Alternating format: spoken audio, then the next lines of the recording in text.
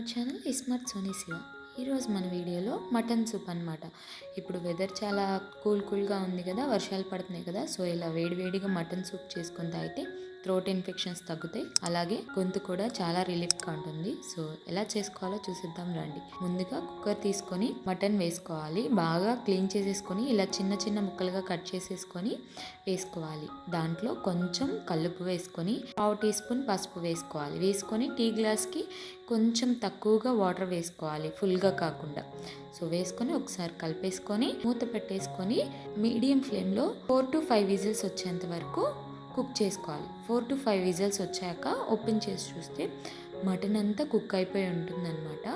So ఆ మటన్ని పక్కన పెట్టేసుకోవాలి.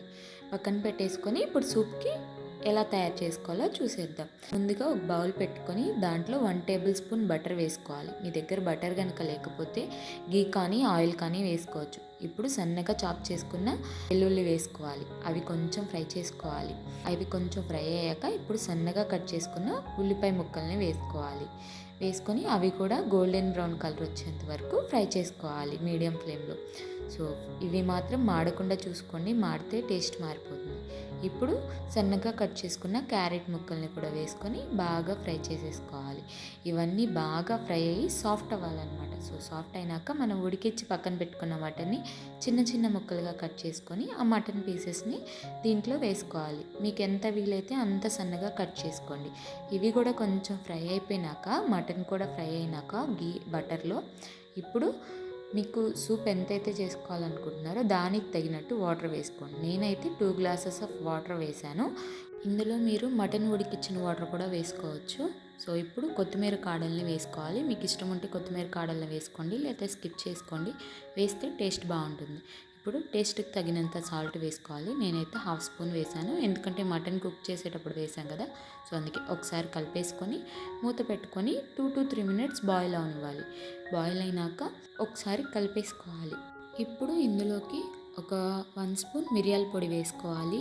నేనైతే 1 స్పూన్ వేస్తున్నాను. మీరు మీ స్పైసీనెస్కి తగ్గట్టు వేసుకోవచ్చు, తక్కువైనా ఎక్కువైనా. సో వేసేసుకున్నాక ఒకసారి బాగా కలిపేసుకొని ఇప్పుడు మనం కొత్తిమీర కాడల్ని వేసాం కదా. సో అవి ఉంటే పిల్లలు తినరు కదా, సో వేరు పక్కన పడేస్తారు. అలాగే మనకు కూడా చూడటానికి కూడా అంత బాగుండదు కదా. సో అందుకని వాటిని తీసేసుకోవచ్చు.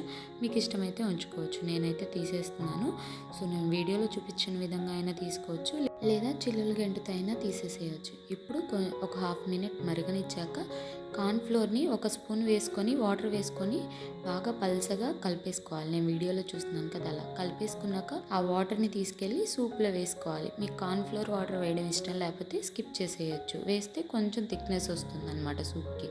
సో వేసేసినాక ఒక 1 మినిట్ బాయిల్ అవనివ్వాలి. 1 మినిట్ బాయిల్ అయినాక కొంచెం కొత్తిమీర వేసుకొని అలా ఒక 1/2 మినిట్ బాయిల్ చేసేసి స్టవ్ ఆఫ్ చేసేసుకొని పక్కకు దించేసుకోవడమే. అంతేనండి, చాలా ఈజీగా చాలా యమ్మీగా మటన్ సూప్ అయితే ఇంట్లో చేసేసుకోవచ్చు. చాలా అంటే చాలా బాగుంటుంది. మీరు కూడా ఒకసారి తప్పకుండా ట్రై చేయండి. ఈ వర్షాకాలంలో వేడివేడిగా తాగాలనిపిస్తుంది కదా. సో అలాంటప్పుడు ఇలా మటన్ సూప్ ఈజీగా చేసేసుకోండి. 5 మినిట్స్లో అయిపోతుంది. సో మీరు కూడా ట్రై చేసి ఎలా వచ్చిందో నాకు కామెంట్ సెక్షన్లో కామెంట్ చేసేయండి. నేనైతే ఈ సూప్కి కాంబినేషన్గా గార్లిక్ బ్రెడ్ చేశానండి, చాలా బాగుంటుంది ఈ రెండిటి కాంబినేషన్. వీడియో నచ్చితే లైక్ చేయండి. ఇంకా ఇలాంటి ఎన్నో క్విక్ రెసిపీస్ కోసం స్మార్ట్ సోనీ శివ ఛానల్ని సబ్స్క్రైబ్ చేయండి. మీ ఫ్రెండ్స్ అండ్ ఫ్యామిలీ రిలేటివ్స్కి షేర్ కూడా చేయండి. అంతే, ఈ వీడియో నెక్స్ట్ వీడియోలో కలుద్దాం. Bye all.